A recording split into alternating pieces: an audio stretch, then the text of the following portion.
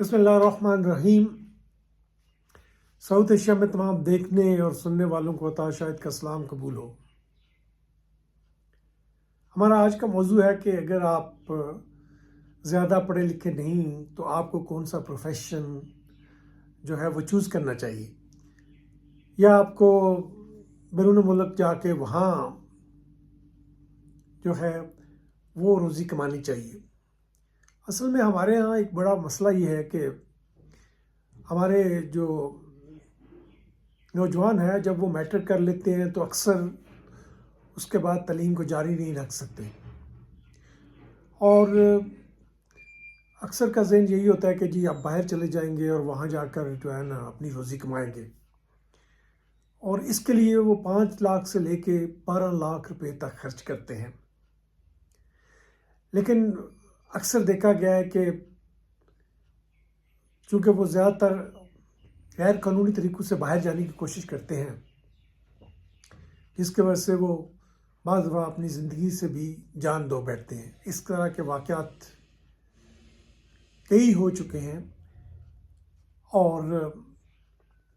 زیادہ تر لوگ یورپ یونان کے راستے جاتے ہیں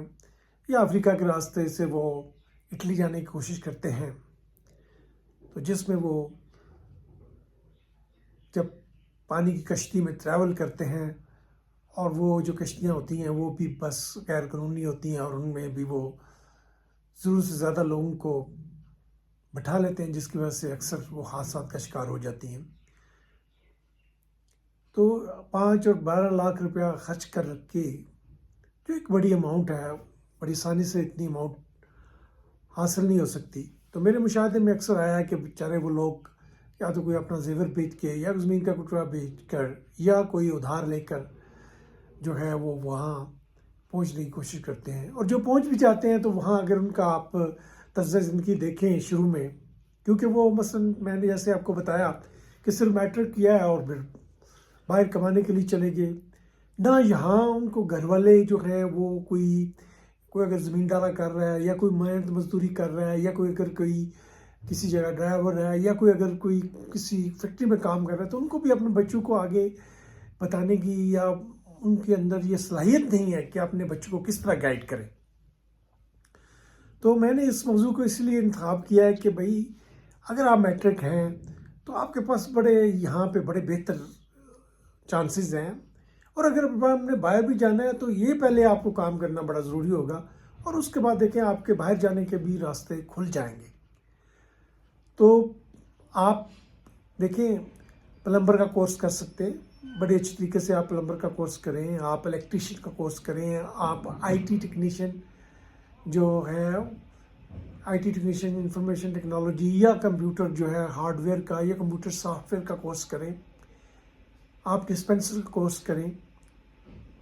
تو یہ جو میں آپ کو بتا رہا ہوں اس طرح کی اگر لا تعداد جو پروفیشنز ہیں، کارپینٹر بھی آپ بن سکتے ہیں، تو آپ فوٹوگرافر بن سکتے ہیں، یہ آپ کام سیکھیں۔ آپ کیئر گیور یعنی کہ جو اولڈ ایج کی ہے وہاں بڑی ضرورت ہے، اور جو ہماری خواتین ہیں یا بچیاں ہیں ان کے لیے ضروری ہے کہ وہ نرسنگ، اگر میٹرک کے بعد وہ نرسنگ میں زیادہ تر نرسنگ یا لیڈی ہیلتھ وزٹر کے جو کورس ہیں، ہم نے ان کو یہاں پہ بدنام کرنے کی کوشش کی ہے، لیکن یہ بڑے ہی پاکیزہ پیشے ہیں، پروفیشن ہیں، ان کی باہر کے کنٹریز میں بھی بڑی رسپیکٹ ہے۔ لیکن یہاں بھی آپ اچھی ایک اس سے اپنی نہ صرف کمائی کر سکتے ہیں بلکہ آپ باہر جا کر بھی اس سے زیادہ فائدہ اٹھا سکتے ہیں۔ مثلا کیئر گیور اگر آپ لڑکا اگر ڈسپینسر ہے، یا لڑکا میڈیکل اسسٹنٹ ہے، یا لڑکے نے اگر کوئی دوسرا کورس کیا، تو وہ باہر جا کے زیادہ یوٹیلائز اس کو کر سکتے ہیں، اور یہاں بھی ان کو ایک رسپیکٹیبل جو ہے انکم اس سے مل سکتی ہے۔ تو میری تمام جو میرے بھائی ہیں وہ باہر جانے کی جو کوشش کر رہے ہیں، میں ان کو یہ اپنے دوں گا ایک مشورہ کہ وہ پلیز اس بارے میں سوچیں اور دیکھیں کہ آپ نے 12 لاکھ روپیہ کتنے عرصے میں اگر آپ کی تنخواہ اگر 50,000 ہے تو آپ کتنے عرصے میں وہ جو آپ 50,000 کو بالکل استعمال نہ کریں تو کتنے عرصے میں وہ آپ اکٹھا کر لیں گے، اور اس طرح 12 لاکھ اور 10 لاکھ روپیہ کس طرح اکٹھا کریں گے، اور اس کے بعد جو اس کے مصیبتیں ہیں، اور پھر دوسرے کنٹری میں جا کے آپ کیا لیبر کا کام کریں گے، یا فیکٹری میں کام کریں گے، یا کسی پیزا پہ کام کریں گے، یا کسی پیٹرول پمپ پہ کام کر رہے ہوں گے. تو اس سے بہتر نہیں کہ یہاں آپ اپنے پروفیشن کو جو بھی ہے اس کو آپ خود رسپیکٹ دیں پہلے. یعنی کہ اگر آپ کارپینٹر ہیں تو اچھا ڈریس پہنیں اور اچھا کام کریں. اگر آپ پلمبر ہیں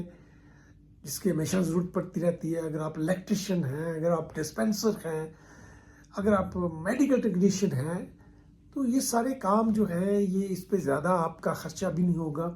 اور فوراً آپ کو جہاں بھی ہیں بڑی جلدی سے جاب بھی مل جائے گی. اور اگر جاب نہیں تو آپ اپنے طور پہ بیٹھے کسی پرائیویٹ ڈاکٹر کے ساتھ کام کر سکتے ہیں.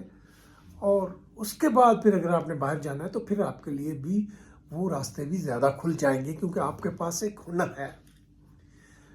تو میں اپنے تمام جوانوں سے جنہوں نے میٹرک کر لیا ہے اور جن نے آگے اب کالج اور یونیورسٹی میں نہیں پڑھنا، ان سے گزارش کروں گا کہ وہ کوئی ہنر سیکھیں. اگر آپ نے فارمر بن کرنا ہے تو فارمنگ میں آپ فارمنگ اسسٹنٹ کا کورس کریں. آپ کو سب فارمنگ کے بارے میں تمام چیزوں کا علم ہونا چاہیے. اگر آپ نے الیکٹریشین بننا ہے تو آپ کو ٹاپ کے الیکٹریشین ہوں، آپ کو الیکٹریشین کا آپ کے پاس پوری کٹ ہو. اسی طرح پلمبر کی آپ کے پاس پوری کٹ ہونی چاہیے. ڈسپینسر ہے تو آپ کے پاس ایک جو ایمرجنسی میڈیسنز ہیں وہ ہونی چاہیے تاکہ آپ کسی کی کوئی ہیلپ کر سکیں. اسی طرح کیئر گیور جو ہیں، آپ یہ نئے جو پروفیشنز آ رہے ہیں ان کو آپ، اور کمپیوٹر میں کمپیوٹر سائنسز میں جو ہارڈ ویئر ہے یا سافٹ ویئر کا اگر آپ اس کے پروگرام سیکھ لیتے ہیں تو آپ کو یہ بہت اچھی پیسے بھی دیں گے اور آپ کی عزت بھی بڑھے گی. تو میں اپنے تمام وہ بھائی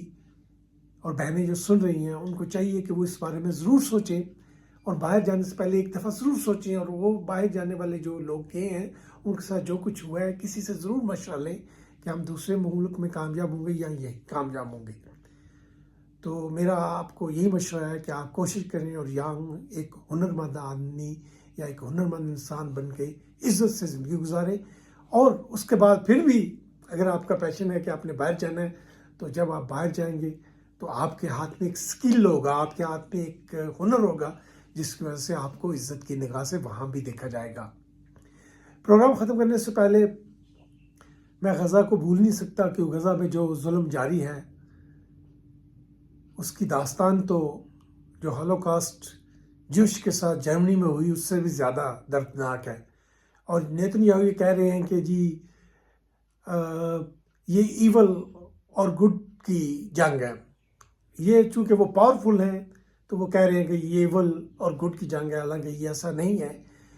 کہ یہ جو فلسطین ہے اس علاقے کو انہوں نے اس پہ قبضہ کیا ہوا ہے. اور صرف یہ میں نہیں کہہ رہا، یہ ان کے اپنے لوگ جس میں جو ایک اپنا